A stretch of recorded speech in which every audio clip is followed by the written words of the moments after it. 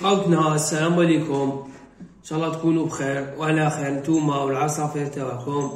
خوتنا اليوم راح نتكلموا على الطريقات كيفاش نقدموا البيض خوتي، الاناث تاع الكناري والحسون هكذا خوتي، باش كيما نقولوا يبنوا العنقود تاع البيض تاعهم هكذا خوتي. ما كاين لا كيما نقولوا خلطه سحريه، ما كاين لا مشروب سحري هكذا خوتي. كاين حاجه تعطيهم البيض خوتي يعطوك البيض، هذه هي خوتي. البيض كيما على بالكم متكون فيه البروتين اللي تحقوا الانثى، وفيه الكالسيوم، وفيه الدهون الصحيه هكذا خوتي.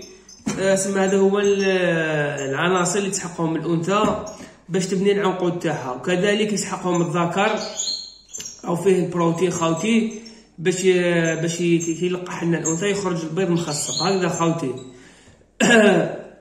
بالنسبه لتقديم البيض خوتي، من الافضل خوتي نقدموه الصباح، كما نقولوا في الصباح 6 7 تاع الصباح على خوتي، باش كي نستعملوا الطريقه هذه اللي نعطيها لكم ما يكونش كاع مشاكل عند الطيور. تما كي تاكلها صباح، الطيور كي تاكل البيض صباح راح تحرق هذيك الدهون ولا هذيك الحاجه الزائده، والجسم راح يمتص كما نقولوا الفيتامينات والفوائد اللي في البيض هكذا خوتي. دوكا شوفوا خوتي، اولا طريقه كما نقولوا كميه تاع التقديم، هذه هي الحاجه اللي يغلط فيها بزاف مربيين. دوك نوريكم خوتي، شوفوا كاين اللي يقسم خوتي حبه تاع البيض هكذايا ويعطي الانثى يعطي لها نص هكذا خوتي. دوك الانثى واش تروح دير خوتي؟ تبقى تاكل غير في الاصفر، خاطر هما يعجبهم الاصفر هذا بزاف. كامل في الحيوانات الطيور يعجبهم هذا الاصفر هكذا خوتي، تعطي لهم ياكلوا الاصفر ويخلوا الابيض، لكن الفائده راهي هنايا، راهي في الابيض وراهي في الاصفر هكذا خوتي. هذا بروتين وهذا كالسيوم ودهون صحيه، وهذا ثاني كالسيوم هذا قشور. تما حنا واش نديرو خوتي؟ نصغروا الكميه قد ما نقدروا باش الانثى واش دير تاكل بالاصفر بالابيض هكذا خوتي. تما نصغروا الكميه، نزيدو نقسموا حبه. واش ولينا نقسموها؟ لازم نخرجوا 8 اطراف هكذا خوتي.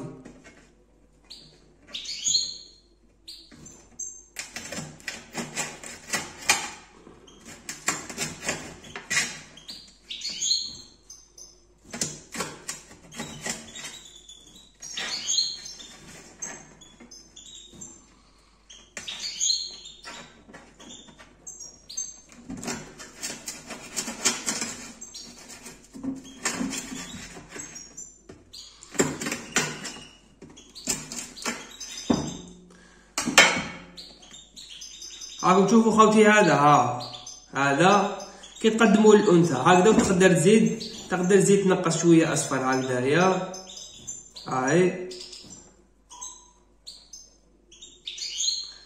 تنقص شويه اصفر هكذا وتخليها. هذه هي الكميه هكذا. مام الاخرين مام زعما كي يخرج لك هذا طرف كبير ثاني تنقص منه الاصفر هكذايا. هذه هي كافيه خوتي، هذه كافيه. الانثى كي تعطي لها هذه تاكل كامل الاصفر وتزيد تصوتي للابيض هكذا خوتي، لكن كي تعطي لها طرف كيما هذا ولا هكذايا وفيه الاصفر هكا بزاف، تبقى تاكل غير في الاصفر تشبع هكذا خوتي.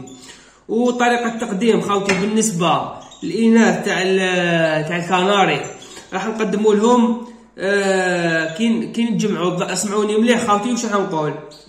كي نحطوا الذكر مع الانثى في القفص على التزاوج، نعطوا للانثى كل يوم هكذا خوتي، نعطوا لها كل يوم طرف كيما هذا حتى تحط لنا البيض هكذاك لمده ما تفوتش 15 يوم هكذا خوتي. راح تحط لك البيض هكذا، ماشي تجيب لي زوج الذكر ماشي جاهز كامل والانثى ماشي جاهزه، لازم يكونوا فيهم علامه الجهوزيه ثم ما بقى لهمش، فهمتوا خوتي؟ وهذه الحاجه خاصه الانثى اللي تبني العش وما تبيضش، ولا اللي تجيب بيضه وحده ولا كذا. تما كما قلت لكم كي نستعملوا هذه العمليه كل يوم، نعطوا الانثى طرف هكا تاع بيض والذكر ثاني طرف هكا تاع بيض. الانثى راح كما نقولوا راح يهيجهم اولا على التزاوج ويحفزهم، ثانيا راح يخدم عنقود تاع البيضه ويكون فيه وفره في البيض، والذكر راح يلقح لنا ان شاء الله كامل البيض هكذا خوتي.